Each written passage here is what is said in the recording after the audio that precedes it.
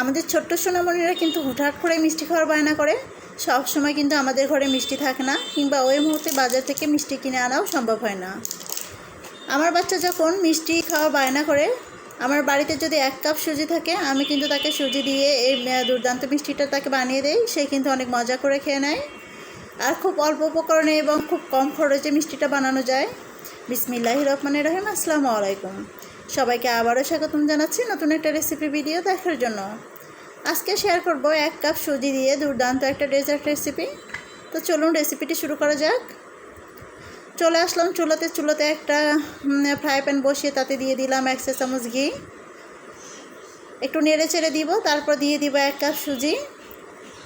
এই পর্যায়ে চুলার আঁচটাকে কিন্তু আমি লোতে রেখে দিয়েছি। লোতে রেখে সুজিটাকে আমি 1 থেকে 1.5 মিনিট ভেজে নিব। ভেজে নেওয়ার কারণে কিন্তু মিষ্টিটা খেতে ভালো লাগবে, সুন্দর একটা স্মেল আসবে। ঘি দিয়ে ভাজার কারণে কিন্তু সুন্দর একটা স্মেল এ পর্যায়ে আপনি পেয়ে যাবেন। এরকম করে আমি সুজিটাকে নামিয়ে নিব। আমার সুজিটা ভাজা হয়ে গিয়েছে। ভিডিওটাও যদি ভালো লাগে একটা লাইক এবং বেশি বেশি করে শেয়ার করে দেবেন। আমি একটা বাটির মধ্যে সুজিগুলোকে ঢেলে নিলাম এবং সুজির সম পরিমাণ নিয়ে নিলাম জাল করা দুধ। আমি এখানে 1 কাপ দুধ দিয়েছি এবং একটা চামচের সাহায্যে দুধ এবং সুজিটাকে ভালো করে নেড়ে চেড়ে ঢাকনা দিয়ে রেস্টে রেখে দিব 4 থেকে 5 মিনিট। আমি এদিকে আবার চলে আসলাম। ওই কড়াইতে আমি দিয়ে দিলাম 1/2 কাপ চিনি এবং সামান্য পরিমাণ পানি। এবার নেড়ে চেড়ে ক্যারামেল করে নিব। চুলার আঁচটা মিডিয়াম টু লোয়ের মাঝামাঝিতে রেখে আমি ক্যারামেল তৈরি করে নিচ্ছি। যখন কালার একটা চলে আসতে শুরু করবে সে পর্যায়ে আমি চুলার আঁচটাকে লোতে করে দিব। আমার কাঙ্ক্ষিত কালার চলে এসেছে। আমি এর চেয়ে বেশি কালার করব না, আপনারা চাইলে আরেকটু কালার করে নিতে পারেন। এ পর্যায়ে আমি দিয়ে দিব সামান্য পরিমাণ পানি। আমি এখানে গরম পানিটা অ্যাড করেছি, যার কারণে কিন্তু ক্যারামেলটা দলা পেকে যায়নি। সুন্দর একটা স্মেলের জন্য এই পর্যায়ে দিয়ে দিলাম 2টা সবুজ এলাচ এবং স্বাদ অনুযায়ী লবণ। নেড়ে চেড়ে নিব।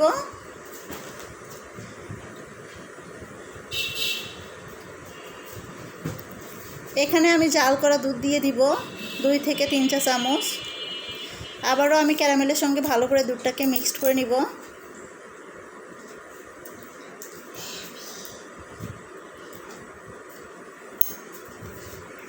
তারপর আগে থেকে সুজির যে মিশ্রণটা রেডি করে রেখেছিলাম, সেই সুজির মিশ্রণটা আমি ক্যারামেলের মধ্যে দিয়ে দিব। চুলার আঁচটা কিন্তু এ পর্যায়ে মিডিয়াম টু লোয়ের মাঝামাঝিতে আছে। এবার নেড়ে চেড়ে সুজিটাকে ভালো করে আমি রান্না করে নিব, ক্যারামেলের সঙ্গে মিক্স করে নিব। যখন সুজিটা জমাট বাঁধা শুরু করবে সে পর্যায়ে চুলার আঁচটাকে কিন্তু লোতে করে দিতে হবে। আপনি যদি আমার চ্যানেলে নতুন হয়ে থাকেন অবশ্যই চ্যানেলটিকে সাবস্ক্রাইব করে অন নোটিফিকেশনটি অন করে দিয়ে রাখবেন। এই তো দেখতেই পেলেন সুজিটা কিন্তু দলা পাকা শুরু হয়ে গেছে। যখন কড়াই থেকে সুজিটা একদম ছেড়ে দেবে সে পর্যায়ে বুঝে নিতে হবে আমাদের সুজির মিশ্রণটা একদম রেডি হয়ে গেছে। আমি সুজিটাকে উঠিয়ে নিচ্ছি। এদিকে আমি একটা বাটির মধ্যে আগে থেকে ঘি ব্রাশ করে রেখেছিলাম। এবার সেই ঘি মাখা বাটির মধ্যে আমি সুজিগুলোকে নেমে নিচ্ছি এবং সুজিগুলোকে একটু চেপে চেপে সেট করে দিব।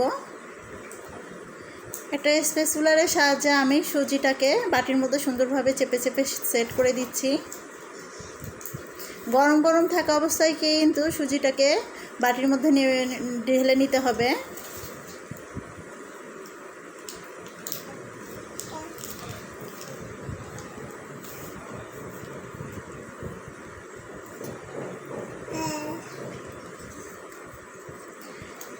আমার মিশ্রণটাকে সেট করে নেওয়া হয়ে গেছে। আমি উপর থেকে এবার কিছু বাদাম কুচি দিয়ে দিব। আপনারা চাইলে এখানে যে কোনো ড্রাই ফ্রুটস ইউজ করতে পারেন, কিশমিশ থেকে যে কোনো ড্রাই ফ্রুটস ইউজ করতে পারেন, তাতে কিন্তু মিষ্টির টেস্টটা আরও ভালো আসবে।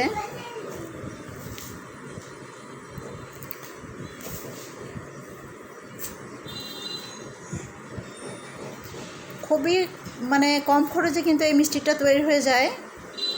এবার স্প্যাচুলারের সাহায্যে আমি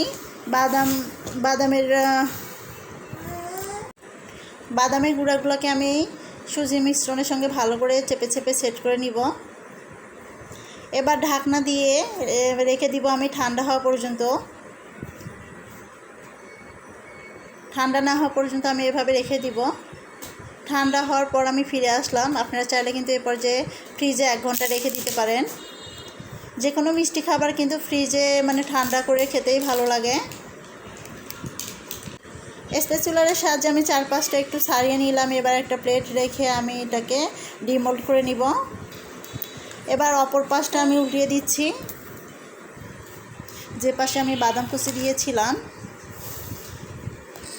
এই তো হয়ে গেল আমাদের আজকের ডেজার্টটি। আমি এবার মিষ্টিটাকে কেটে সার্ভ করব। আমি লম্বা লম্বা এক ফালি দিয়ে নিয়েছি, তারপর এরকম পিস পিস করে কেটে নিব। আপনারা আপনাদের পছন্দ অনুযায়ী যে কোনো শেপে এগুলোকে কেটে নিতে পারেন, ছোট বড় করে কেটে নিতে পারেন। দেখুন, খুবই অল্প খরচে তৈরি হয়ে গেল দুর্দান্ত একটা রেসিপি। এটি কিন্তু অনেক হেলদি বাচ্চাদের জন্য এবং বড়দের জন্য।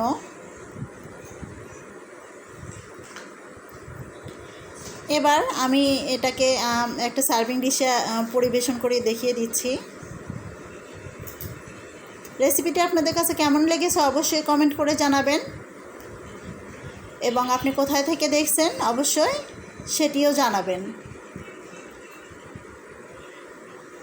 যদি ভালো লাগে প্লিজ চ্যানেলটিকে সাবস্ক্রাইব করে রাখবেন। আজকের মতো বিদায় নিচ্ছি। আল্লাহ হাফেজ। আসসালামু আলাইকুম।